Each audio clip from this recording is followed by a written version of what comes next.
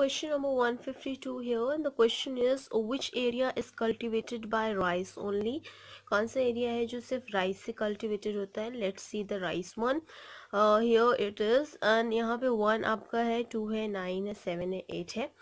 7 8 जो है वो आपका वीट से भी कल्टिवेटेड होता है. 2 आपका जो है वो आपका मेज से भी कल्टिवेटेड होता है, 2 और 9. और आपका 9 जो है वो आपका ग्राम से भी कल्टिवेटेड होता है. 7 भी कल्टिवेटेड होता है. तो जो सिर्फ और सिर्फ, क्योंकि यहाँ पे if I talking about this question तो राइस ओनली लिखा है, इसका मतलब है कि सिर्फ चावल का ही कल्टिवेशन कहाँ होता है, तो दैट इज ऑफ 1. सिर्फ एक जगह है जहाँ पे सिर्फ और सिर्फ चावल का होता है. And then option we have is option A is 2, option B is 1, and option C is 3, and then option B will be the right answer, that is 1 here. Now moving on with the next question, that is your question number 153 here. Which area is cultivated by maize only? अब आपको बताना है ऐसा area जो सिर्फ और सिर्फ मेज कल्टिवेट करता है. Now we gone through with the diagram here. The maize will be 4 जो है वो आपका वीट भी कल्टिवेट करता है, 8 भी आपका वीट कल्टिवेट करता है, 7 वीट भी कल्टिवेट करता है, मेज भी कल्टिवेट करता है, ग्राम भी कल्टिवेट करता है. 6 की बात करती हूँ तो 6 भी वीट कल्टिवेट करता है, मेज कल्टिवेट करता है, ग्राम कल्टिवेट करता है. 10 आपका जो है वो आपका बेसिकली ग्राम भी कल्टिवेट करता है एंड मेज भी कल्टिवेट करता है. 9 की बात करती हूँ तो ग्राम कल्टिवेट करता है आपका, एंड ऑफ कोर्स द मेज one is also, and the rice also. 2 जो बात करती हूँ तो 2 आपका राइस कल्टिवेट करता है, मेज कल्टिवेट करता है. बट सिर्फ और सिर्फ मेज कौन सा कल्टिवेट करता है? दैट इज 3, क्योंकि वो किसी भी और रीजन में नहीं है. तो the answer will be the 3 here. Now see the options here, that option A is 5, option B is 4, and option C is 3. Then the 3 will be the right answer here. Now moving on with the next question, that is question number 154 here. Which area is cultivated by rice and maize and nothing else? तो basically आपको वैसा area बताना है जो rice cultivate करता हो और मेज कल्टिवेट करता हो, बाकी कोई भी नहीं करता हो. अदर कोई भी नहीं, लिस्ट का मतलब है राइस और मेज करता हो, वीट और ग्राम नहीं करता हो. राइस एंड मेज के लिए हम आते हैं राइस एंड मेज की फिगर में. मेज ये सर्कल वाला है, राइस आपका ये ट्राइंगल वाला है. अब इन दोनों की अगर मैं बात करती हूँ तो आपका बाकी ये मेज तो ये तो सिंगल है, ये आपका वीट भी कर रहा है, ये आपका 7 वाला ग्राम भी कर रहा है, 6 भी आपका ग्राम कर रहा है, 10 आपका ग्राम कर रहा है, 9 भी आपका ग्राम कर रहा है. ठीक है, 8 जो है वो आपका राइस भी कर रहा है, साथ साथ वीट भी कर रहा है. बट हमें सिर्फ और सिर्फ मेज और राइस चाहिए, तो we will be having a 2, क्योंकि ये ट्राइंगल में भी आ रहा है एज वेल एज मेज वाले पोर्शन में भी आ रहा है. तो the answer will be the 2 here. Okay, इस तरह से अगर आप एनालाइज करना सीख जाओगे तो आई थिंक क्वेश्चन को बहुत ईजिली कर सकते हो, जैसा कि आप देख रहे हो. And the option we have A 2, B is 3, and C is 4 here. So according to the question, the answer will be the A, that is 2. ठीक है, तो इसी तरह से आपको उसको find out करना है. Now moving on with the next question, that we have your question number 155 here. In the figure, the circle stands for employed. एक फिगर बना हुआ है, यहाँ पे सर्कल जो है वो employed लोगों के लिए है. Okay, this is for employed one. The square stands for hard working. जो इसमें square है, square is like this. तो ये आपका hard working को represent कर रहा है basically. Okay, and the triangle stands for ruler. तो ये आपका जो है वो आपको ruler को represent कर रहा है, triangle. And the rectangle stands for the intelligent. ये जो बड़ा वाला rectangle दिख रहा है ये आपका intelligent को represent कर रहा है. Okay, तो ये आपका इंटेलिजेंट को रिप्रेजेंट कर रहा है. ठीक है, तो ये सर्कल आपका एम्प्लॉयड लोगों को रिप्रेजेंट कर रहा है, ये ट्राइंगल आपका रूलर को रिप्रेजेंट कर रहा है, and then circle is employed, and this बड़ा वाला rectangle is intelligent, and of course this square will be the hard working showing. Now with respect to this only we have one question here as your question number 1 for this particular question that we have here is. तो ठीक है, इसको figure के साथ ही करेंगे because तभी हम question को कर सकते हैं बहुत easily. So here is the question that they had asked you. Non-ruler, employed, hard-working and intelligent people are indicating by which region. तो बोला गया है non-ruler हो, ठीक है, non-ruler है, उसके साथ साथ employed भी है, non-ruler, employed, hard working, intelligent, मतलब एम्प्लॉयड होना चाहिए इनके अकॉर्डिंग, इंटेलिजेंट भी होना चाहिए, हार्ड वर्किंग भी होना चाहिए, बट नॉन रूरल हो, मतलब ये ट्रायंगल वाला एरिया ना हो, ठीक है। तो इसके केस में अगर मैं बात करती हूँ तो 12 जो है वो, but 12 is hard working, but वो आपका इंटेलिजेंट भी नहीं है, एम्प्लॉयड भी नहीं है। 11 के लिए कहती हूँ तो 11 आपका हार्ड वर्किंग भी है, आपका हार्ड वर्किंग के साथ साथ आपका इंटेलिजेंट भी है, but this is not employed, okay. But और किसकी बात करती हूँ, ट्राइंगल वाला तो कोई भी केस नहीं आएगा, इसका मतलब है 5 3 4 2 1 6 में से कुछ भी नहीं हो सकता।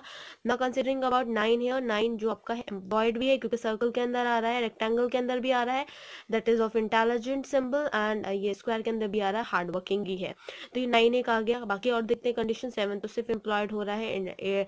8 की अगर मैं बात करती हूँ तो 8 आपका एम्प्लॉयड है, इंटेलिजेंट है, but this is not comes under the hard working. And 10 जो बात करती हूँ तो 10 सिर्फ आप सिर्फ का इंटेलिजेंट है, तो the answer will be the 9 है, क्योंकि वो एम्प्लॉयड में भी आ रहा है, इंटेलिजेंट में भी आ रहा है, हार्ड वर्किंग में भी आ रहा है, बट रूलर में नहीं आ रहा, दैट इज नॉन रूलर है। Now see the options here. What we have is option A is 9, B is 10, and C is 11. Then option 9, A will be the right answer, that is 9 here, what we want. Now moving on with the next question that we have here is this question number 156 here. Non ruler employ, non ruler होना चाहिए, मतलब वो triangle में नहीं होगा, employed people होना चाहिए, who are neither intelligent nor hard working, are represented by the which region. तो आपके हार्ड वर्किंग भी नहीं है, इंटेलिजेंट भी नहीं है, so we have to find that.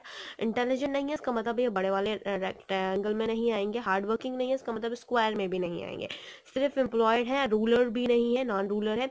तो उसके हिसाब से अगर मैं देखूंगी तो एम्प्लॉयड की कैटेगराइजेशन में सिर्फ और सिर्फ 7 आ रहा है। But on the other case अगर मैं बात करती हूँ, क्वेश्चन एक बार फिर से गॉन थ्रू करने के लिए, that they had ask you about what that non rulers, का मतलब है ट्राइंगल में नहीं आएगा, एम्प्लॉयड होना चाहिए, एम्प्लॉयड मतलब सर्कल में आना चाहिए, इंटेलिजेंट नहीं है तो रेक्टेंगल वाले में भी नहीं आना चाहिए, हार्ड वर्किंग नहीं है, इसका मतलब है स्क्वायर वाले में भी नहीं आना चाहिए। तो इसका मतलब है yes, 7 will be the right answer, क्योंकि वही एक इकलौता है जो कि एम्प्लॉयड है और बाकी किसी में भी नहीं आ रहा है। तो then option A is 6, B is 7, and C is 8. Then option B will be the right answer, that is a 7 here. Now moving on with the next question here that we have here, question number 157. The question is intelligent, employed and hard working. Intelligent होना चाहिए, employed भी होना चाहिए, intelligent होना चाहिए, इसका मतलब बड़े वाले रेक्टेंगल में होना चाहिए, employed होना चाहिए, that means सर्कल में होना चाहिए, हार्ड वर्किंग है, इसका मतलब स्क्वायर में भी होना चाहिए, non ruler people are indicated, non ruler होना चाहिए, इसका मतलब ट्राइंगल में नहीं होना चाहिए। तो ठीक है, कोई बात नहीं, we will just find it out. अब मैं बात करती हूँ कि अगर इस समय सर्कल की, तो आप खुद देख सकते हो, इंटेलिजेंट है, इसका मतलब है कि इंटेलिजेंट वाले ये 4 1 9 8 11 एंड 10 आना चाहिए, एंड एम्प्लॉयड है तो सर्कल में आना चाहिए, इसका मतलब है सर्कल और रेक्टेंगल में जो कॉमन है, सर्कल एंड रेक्टेंगल में सिर्फ 9 और 8 कॉमन है, okay, 9 and 8 common, 9 8 and 1 common है, ओके। देन 9 8 1 में से अब एक होगा, 9 8 1 के बाद अब आता है hard working, hard working square वाला आ रहा है, तो 9 8 1 में स्क्वायर कौन सा आ रहा है, 1 और 9 आ रहा है, तो इसका मतलब है 1 और 9 में से होगा, 8 हट गया। Now non ruler, non ruler तो ऑब्वियसली ट्रायंगल में आ रहा है 1, तो 1 तो वो नहीं होगा, इसलिए 9 होगा, that answer will be the 9 here. तो इस तरह से हम इसको शॉर्ट लिस्ट करते जाएंगे and we will be find my answer accurately. Then option A is 7, B is 8 and C is 9, then option C will be the right answer, that is 9 here. Now moving on with the next question that we have here is your question number 158, and the question has that hard working and non ruler, hard working होना चाहिए, इसका मतलब है ये square में आना चाहिए, non ruler होना चाहिए, नॉन रूलर मतलब वो ट्राइंगल के अंदर नहीं आना चाहिए, who are neither employed nor intelligent as shown by the region। तो ना ही वो मुझे इंटेलिजेंट चाहिए, ना मुझे हार्ड वर्किंग चाहिए, सॉरी ना इंटेलिजेंट चाहिए, ना एम्प्लॉयड चाहिए, हार्ड वर्किंग होना चाहिए और रूलर भी नहीं हो। तो वो हार्ड वर्किंग के केस में हम सिर्फ स्क्वायर वाले को देखेंगे, स्क्वायर वाले में है 4 3 2 1 9 11 एंड 12। अब इसमें रूलर को हटा दो, रूलर में आता है 4 3 2 1, तो ये रूलर वाला हट गया। अब आता है किसको हटा दूं, दैट इज एम्प्लॉयड, तो एम्प्लॉयड वालों को हटा देती हूँ, एम्प्लॉयड वाला सर्कल में आएगा, तो सर्कल के लिए आपका 1 9 आ जाएगा, 1 9 8 हट जाएगा, ये सब हट जाएगा। तो बचा मेरे पास कितना, सिर्फ 12 और 11 बचा। 12 और 11 में अब मुझे क्या हटाना है, इंटेलिजेंट हटाना है, इंटेलिजेंट ही बड़े वाले रेक्टेंगल की बात कर रही हूँ, तो इंटेलिजेंट मतलब 11 भी हट गया, इसका मतलब सिर्फ और सिर्फ जो हार्ड वर्किंग बचा, और जो इसके अंदर ना ही वो रूलर है, ना ही एम्प्लॉयड है, ना इंटेलिजेंट है, then only hard working, and the answer will be 12 here. Now options we have is option A is 12, B is 9 and C is 11, then option A will be the right answer, that is 12 here. Now moving on with the next question that we have, your question number 159, and what the question is all about is employed employed होना चाहिए, okay मतलब circle में आना चाहिए, hard working होना चाहिए, that means आपका square में आना चाहिए, इंटेलिजेंट भी होना चाहिए, इंटेलिजेंट का मतलब है that it would be comes under the rectangle portion, ruler भी होना चाहिए भाई, रूलर भी, अभी तक तो रूलर नहीं मांग रहे थे बट अब रूलर भी मांग रहे हैं, तो रूलर भी होना चाहिए, नॉन इंडिकेट मतलब सारी क्वालिटीज, एम्प्लॉयड भी होना चाहिए, हार्ड वर्किंग भी होना चाहिए, इंटेलिजेंट भी होना चाहिए, रूलर भी होना चाहिए, तो सारे जो कॉमन है सब में वो हमको बताना है। तो ऑप्शन है 2, ऑप्शन ए है 1, बी है 1 एंड सी है 3। तो लेट्स सी कि कौन है कॉमन। अब बात करते हैं सारे रीजन, क्योंकि सारी चीजें इन्होंने मांग ली हैं तो ठीक है कोई बात नहीं, हम सारे फिगर्स में देखते हैं। स्क्वायर से लेके चलते हैं, स्क्वायर में हमारे पास इतने सारे हैं। अब उसमें से रेक्टेंगल में कितने हैं, 4 1 9 8, तो ऑब्वियस सी बात है ये 12 हट गया। अब 12 रेक्टेंगल के बाद अब हम आते हैं सर्कल में। तो सर्कल और रेक्टेंगल और स्क्वायर की अगर मैं बात करती हूँ, तो सर्कल में है 1 9, 1 9 जो है दिस इज 1 9, 1 9 जो है वो स्क्वायर में भी है, रेक्टेंगल में भी है, एज वेल एज आपके सर्कल में भी है। अब आते हैं इस ट्राइंगल के बारे में। तो ट्राइंगल में तो सिर्फ 1 ही रह गया, बाकी 9 हट ही गया। तो ऑब्वियस सी बात है जो आपका सारी क्वालिटी को मेंटेन कर रहा है, दैट इज एम्प्लॉयड भी है, इंटेलिजेंट भी, हार्ड वर्किंग भी, दैट इज रूलर भी है, so that will be the one here for this case. The option A is 2, option B is 1 and option C is 3, then option B will be the right answer, that is 1 here. Now talking about the next question, that is your question number 160th question, and that we have is question है आपका ruler होना चाहिए, ruler है इसका मतलब है triangle में होना चाहिए, हार्ड वर्किंग है, हार्ड वर्किंग मतलब स्क्वायर में होना चाहिए, who are neither employed, employed नहीं होना चाहिए, इसका मतलब है सर्कल में नहीं होना चाहिए, नॉट इंटेलिजेंट, इंटेलिजेंट भी नहीं है, इसका मतलब है वो रेक्टेंगल में भी नहीं होना चाहिए, एज आर इंडिकेटेड। तो ठीक है कोई बात नहीं, आपको रूलर चाहिए और हार्ड वर्किंग चाहिए, रूलर के लिए आपको ट्राइंगल चाहिए और हार्ड वर्किंग के लिए आपको स्क्वायर चाहिए, ओके। तो उसके लिए हम करेंगे काम, देखो हम यहाँ पे ट्राइंगल है, ट्राइंगल में हमारे पास है 5 3 4 2 6 1। अब हम इसके स्क्वायर की बात करते हैं, तो स्क्वायर में हमारे पास कौन कौन सा है, 3 है, 2 है, 4 है और 1 है, 3 2 4 1 है, 3 2 4 1 में अब सबकी बात करती हूँ बाकी, क्योंकि हमको ये भी नहीं चाहिए, इंटेलिजेंट भी नहीं चाहिए, एम्प्लॉयड भी नहीं चाहिए, एम्प्लॉयड के लिए 2 1 तो हट गया, ठीक है। अब इसके लिए बात करती हूँ इंटेलिजेंट के लिए, तो 4 हट गया, 1 हट गया, तो बचा क्या जो सिर्फ और सिर्फ ट्राइंगल और स्क्वायर में है, that is your 3, then answer will be the 3 here, okay. तो किसी को भी एक्सक्लूड नहीं करना, उस तरह से हमें चलना है। अगर उन्होंने ये नहीं बोला होता नीदर इंटेलिजेंट नॉर एम्प्लॉयड, तो फिर हम उन सबको ले लेते, सबको एडअप कर लेते, बट बिकॉज इन्होंने बोला है कि वो हमें नहीं चाहिए, सिर्फ और सिर्फ हमें चाहिए जो रूलर हो और हार्ड वर्किंग हो, तो इसलिए 3 है आंसर। ऑप्शन ए है 1, ऑप्शन बी है 2 एंड ऑप्शन 3 है सी है 3, and that will be the right answer, that is 3 see here, that is 3. Now moving on with the next question, that is question number 161 here. Ruler, employed, ruler होना चाहिए मतलब triangle के अंदर आना चाहिए, employed होना चाहिए, that means it would becomes under the circle here. People who are neither intelligent, जो कि इंटेलिजेंट भी नहीं है और ना ही हार्ड वर्किंग है, तो इसका मतलब है सेम फॉर दैट केस, ये रेक्टेंगल में नहीं आना चाहिए, अब स्क्वायर में नहीं आना चाहिए, अब आना किस में चाहिए, एक ट्राइंगल में आना चाहिए, स्क्वायर और ये आपके सर्कल में आना चाहिए, ठीक है। तो कोई बात नहीं, वी हैव नो इशू। अब हम देखते हैं, और क्योंकि इन दोनों में नहीं आते, अब ट्राइंगल की मैं बात करती हूँ तो 5 3 4 1 2 6 आएगा। अब सर्कल की मैं बात करती हूँ तो सर्कल में आएगा 1 2 9 8 6 7 आएगा, तो ये तो हट गया ऑलरेडी। अब इन चारों में से ही कोई एक होगा जो ट्राइंगल में भी आ रहा है और सर्कल में भी आ रहा है, तो 1 2 6 1 2 6 जो है ये 3 ऐसे नंबर है जो आपके ट्राइंगल में भी आ रहे हैं और आपके सर्कल में भी आ रहे हैं, पर ये 1 देख रहे हो तो ये रेक्टेंगल में भी आ रहा है, तो उन्होंने बोला है नॉट इंटेलिजेंट, तो 1 भी नहीं चाहिए।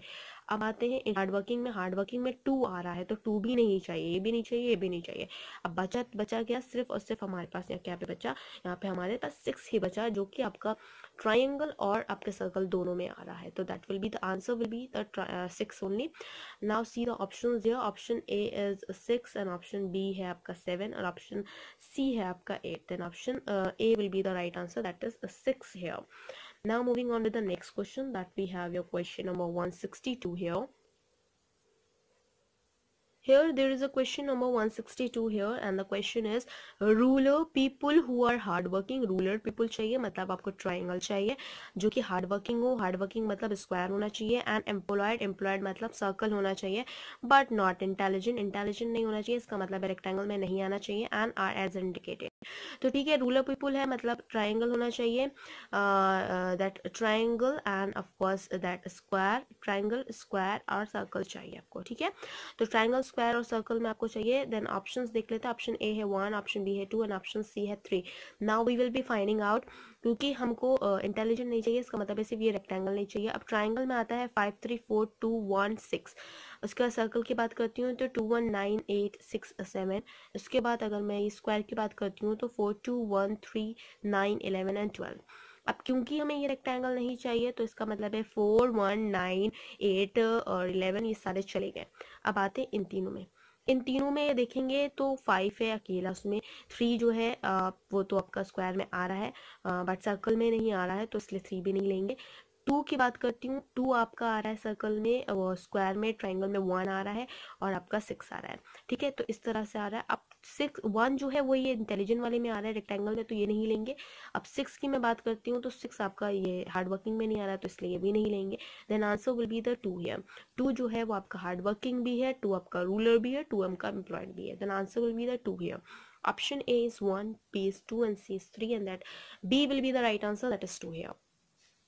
Now moving on with the next question that we have a 163th question, and the question we have unemployed ruler hard working. Unemployed होना चाहिए मतलब सर्कल में नहीं आना चाहिए, रूलर है रूलर होना चाहिए, हार्ड वर्किंग होना चाहिए दैट मीन्स स्क्वायर में आना चाहिए, इंटेलिजेंट भी होना चाहिए दैट इज इन रेक्टेंगल आना चाहिए, एंड इंडिकेटेड। अनएम्प्लॉयड मतलब आपका सर्कल में ना है, बाकी सब जगह आ सकता है, और वो आपका कौन सा होगा that you have to go through. तो सर्कल वाला ये 2 1 9 8 6 7 तो बिल्कुल ही चला गया।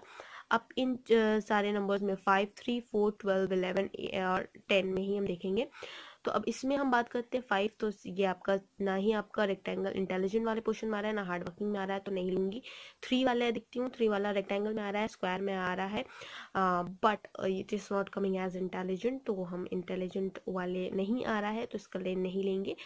अब आते हैं 4 के लिए। 4 देखो, 4 रेक्टेंगल में भी आ रहा है, आपके रेक्टेंगल में भी आ रहा है, ट्राइंगल में भी आ रहा है एंड स्क्वायर में भी आ रहा है।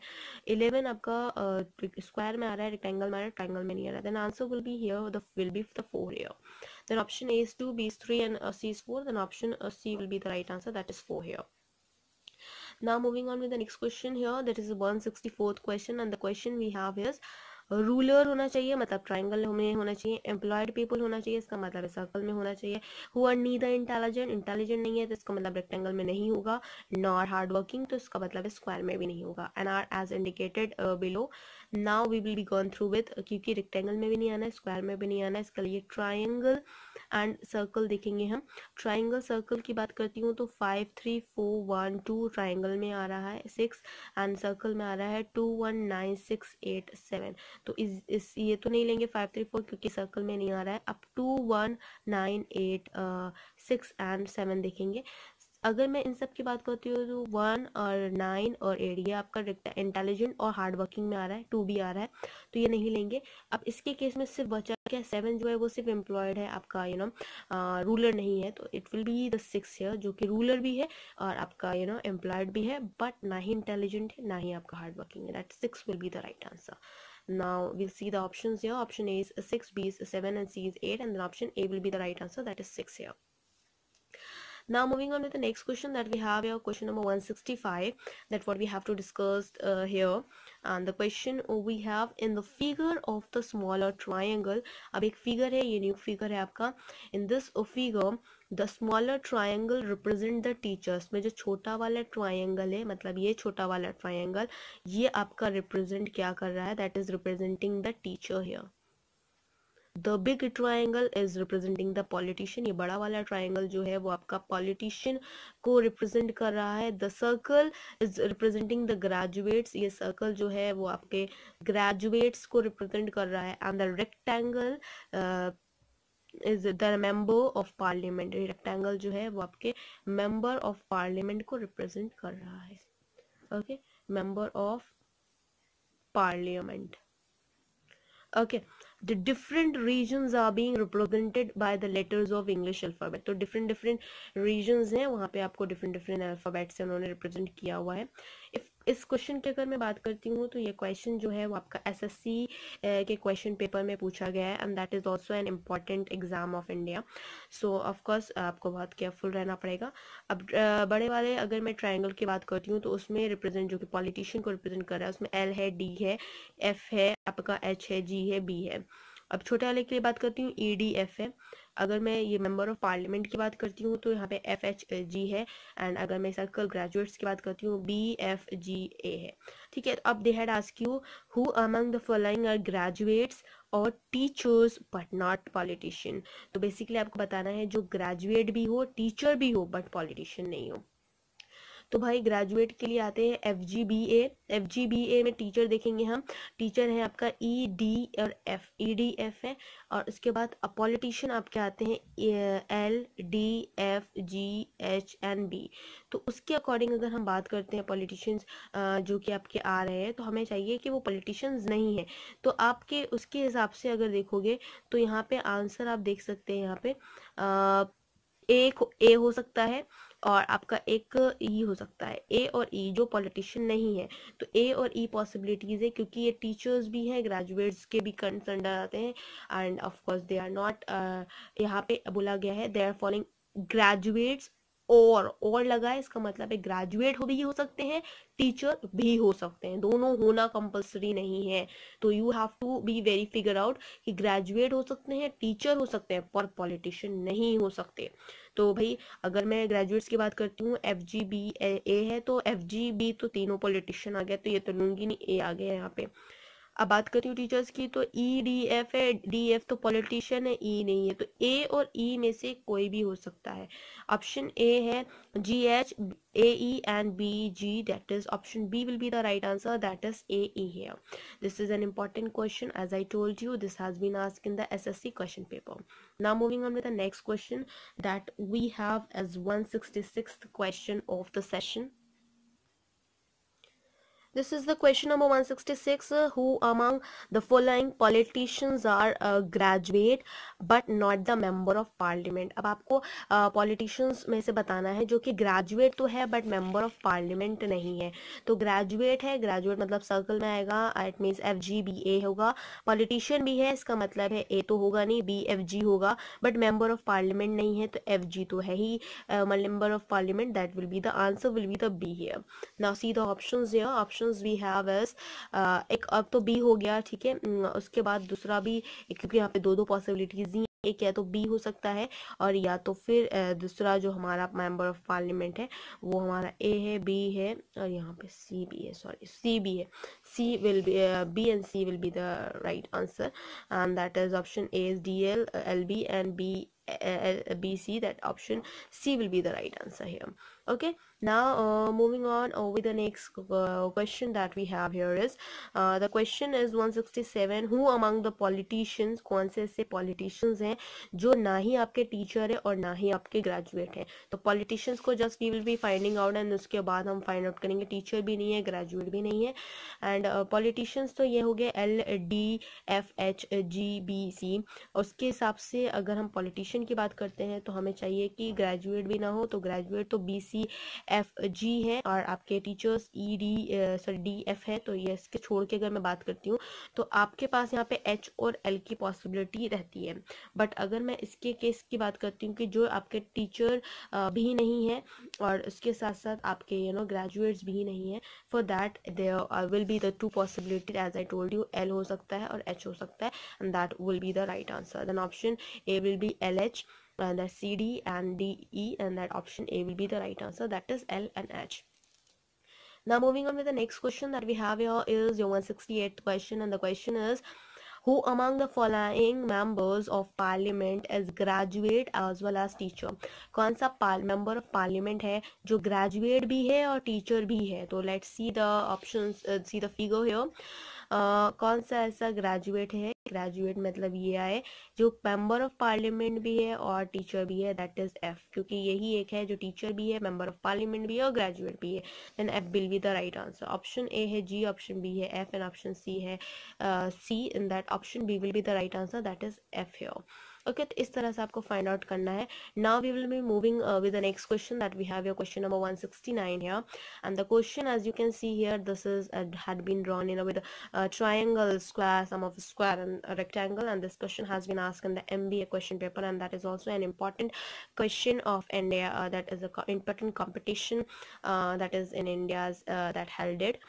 Okay, so here the triangle stands for the Hindi speaking people. Okay, Hindi triangle is, triangle वो है जो हिंदी बोलते हैं लोग, उनके लिए, हिंदी स्पीकिंग पीपल्स के लिए डिनोट कर रहा है.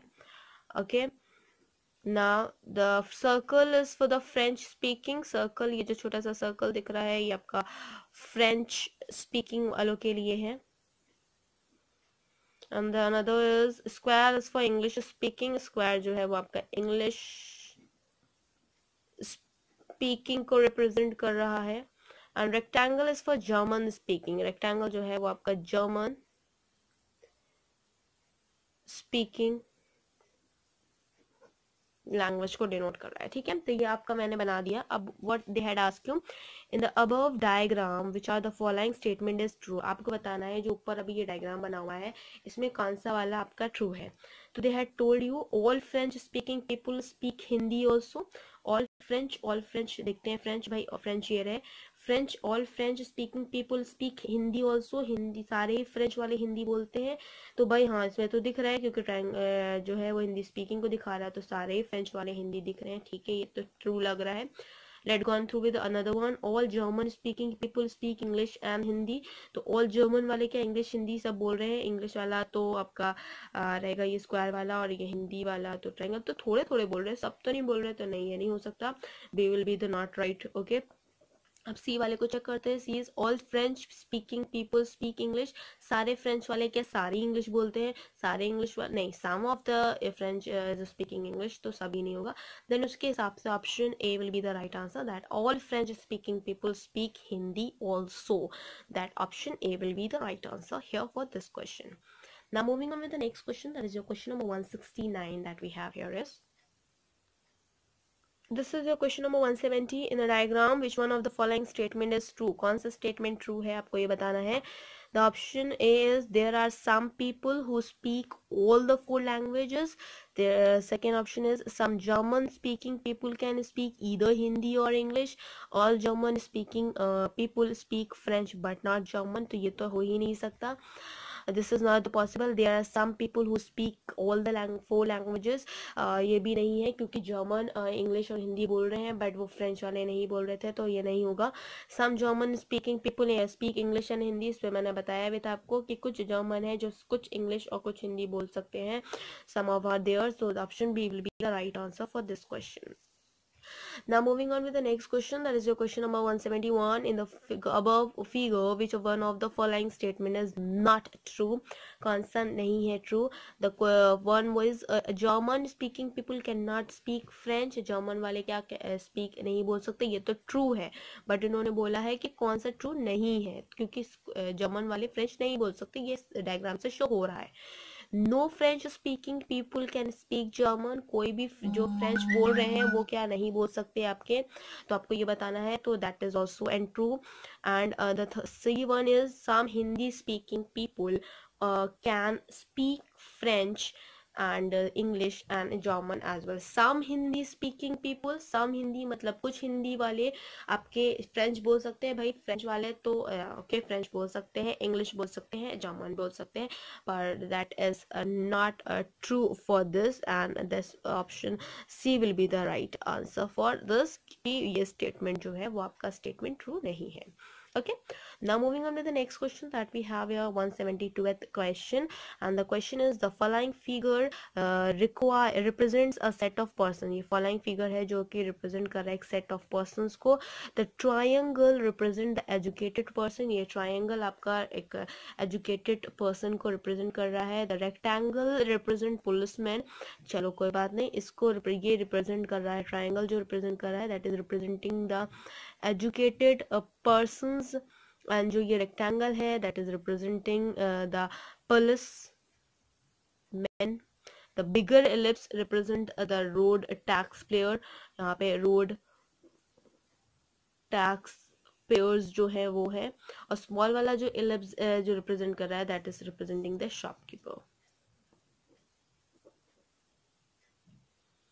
अब इस क्वेश्चन की मैं बात करती हूँ तो ये क्वेश्चन आपका एसएससी में नहीं बल्कि दिल्ली पुलिस के एग्जाम में पूछा गया है, जो दिल्ली पुलिस का एग्जाम दिया जाता है उसमें पूछा गया है। Now here are the questions that we have to gonna answer here.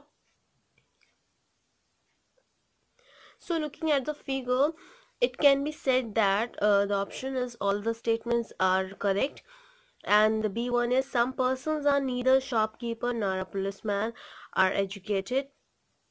तो ठीक है, कुछ शॉपकीपर्स की बात करती हूँ और कुछ पर्सन जो कि आपके पुलिसमैन हैं तो वो आपके एजुकेटेड नहीं है, तो या that is true.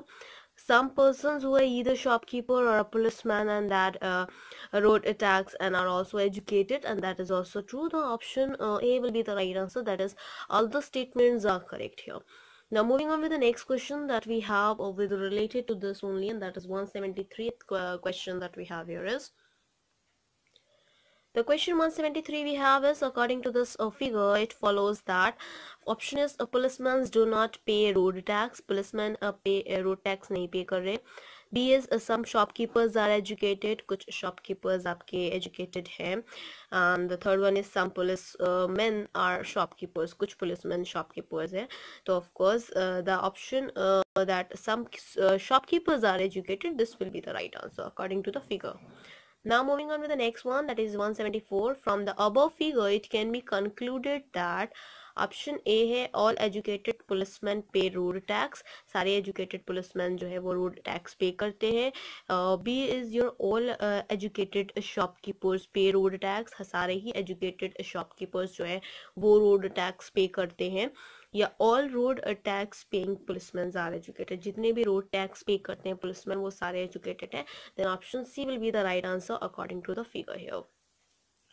Now moving on with the next question, that is your question number 175, and the question is looking at the given figure, it can be said that आप अगर figure देख रहे हो तो आप ये बोल सकते हो that option A is some of the educated shopkeepers pay road tax, some of the uneducated policemen pay road tax, some of the road tax payers policeman has been the shopkeeper too. तो basically ये वाला तो गलती है क्योंकि already हमने भी इससे पहले वाले में बताया था कि आपके जितने भी रोड टैक्स पे करते हैं पुलिसमैन वो सारे एजुकेटेड हैं, तो ये वाला भी नहीं हो सकता है, ये वाला भी नहीं है. That some of the educated shopkeepers pay road tax. That option A will be the right answer for this question here. Now moving on to the next question, that is the question number 176 and the last question for the session, as well as the last question for the logic Venn diagram. In the coming next classes we will start discussing the alphabet test series. Okay, that is your आपका जो alphabet series है, एक topic alphabet test जो है उसको हम discuss करने वाले हैं. That is also an important one as I told you before, और वो आपका 10th topic होगा आपके इस reasoning के part का. Already मैंने आपको बताया था उसके बारे में रीजनिंग में जितने भी हम ऑलरेडी डिस्कस करेंगे, but with respect to this question first will complete that and I will be telling you next more further on the basics of the figure. It can be concluded that some of the educated shopkeepers are road tax payer even though they discharge duties of a policeman. This is not right. None of the discharge duties of the policeman, this is none of the educated shopkeepers of a policeman nor the educated police of a shopkeeper. Some of the educated policemen who pay road tax and are sharing the profits of uneducated shopkeepers. None of the educated shopkeepers of the policeman, though an uneducated policeman is a shopkeeper. ये भी नहीं. Then option B will be the right answer for this question, and this is the end of the logical Venn diagram. We will start with the alphabet test in the next coming classes, that is of your this series. As I told you before also that we have to cover up the reasoning as early as possible. We are not moving that fast, but we are clearing you all the doubts related to the chapters and related to the topics about the competition has been asking in your every question paper, that is of your Delhi Police, that is of SSC, is it either it could be in the railway forms, PIPO and that bank PO. तो उसमें मैंने बताया था आपको reasoning में कि आपका part 1 और पार्ट 2 में डिवाइड होगा. एक वर्बल रीजनिंग होगा, एक नॉन वर्बल रीजनिंग होगा. वर्बल रीजनिंग भी है वो 2 सेक्शंस में डिवाइड होगा. सेक्शन ए होगा जो फर्स्ट होगा वो जनरल मेंटल एबिलिटी होगा. सेक्शन सेकंड जो होगा वो लॉजिकल रीजनिंग होगा, लॉजिक रीजनिंग होगा. सेक्शन ए की बात करती हूँ अगर वर्बल रीजनिंग में, तो analogy, classification, series, completion, coding, decoding, blood relation, puzzle test, output tracing, direction sense test and logical Venn diagram. Already हम ये कंप्लीट कर चुके हैं 9 टॉपिक। थर्ड अब जो कमिंग 10 टॉपिक है वहाँ से हम स्टार्ट करेंगे, that is alphabet test, number ranking, times and sequence test, mathematical operation, logical sequence of words, arithmetical reasoning, inserting the missing character, data sufficiency, decision making, assertions and reasons, situations, reaction test, and as well as verification of the truth of the statement। तो already हम 9 topic discuss कर चुके हैं, अभी 11 topic और discuss करना है। Section 1 verbal reasoning का जनरल मेंटल एबिलिटी को कंप्लीट करने के लिए।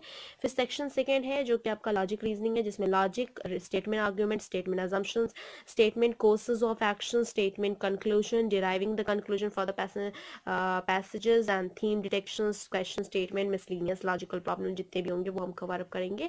उसके बाद पार्ट 2 में आपका आता है that is non verbal reasoning. उसमें आपका आता है series, analogy, classification, analytical reasoning, mirror image, water image, embedded figure, completion of incomplete pattern, figure matrix, paper folding, paper cutting, rule detection, as well as grouping of identical figures, cubes and dice, dot situation, constructions of squares and triangles, figures, formation of analysis, as well as practice. We will practice some of the question paper as well. तो class आज के लिए इतना ही। Thank you, hope you enjoy this video. If you like this video please give a thumbs up and give a suggestion और comment box. Please like, share and subscribe our channel so that many and maximum people can get the information at once, and even though you can also enjoy the video as well, and please like, share and subscribe our channel because अभी तक के हमने 9 topic already cover up कर लिया है, and more further हम लोग अभी अप्रोक्सीमेटली जो अभी हमको कंप्लीट करना है, it's more than 30 topics that we have to cover up in reasoning. तो बहुत इंपॉर्टेंट क्लास है, आपका भी ऐसा कुछ छूटा नहीं है। आप सब्सक्राइब करो, लाइक करो, शेयर करो, अपने दोस्तों को शेयर करो, अपने कलीग्स को शेयर करो। उसके साथ साथ आप भी अपने 9 टॉपिक्स को फर्स्ट पहले कंप्लीट करो, then after that you will be dealing with a good demand of reasoning, and you can also enjoy those videos and you can also improve your reasoning, that is for sure, because बिना practice के तो कुछ भी possible नहीं है। Thank you, hope you enjoy this video. If you like this video, please give a thumbs up and give a suggestion on a comment box. Thank you.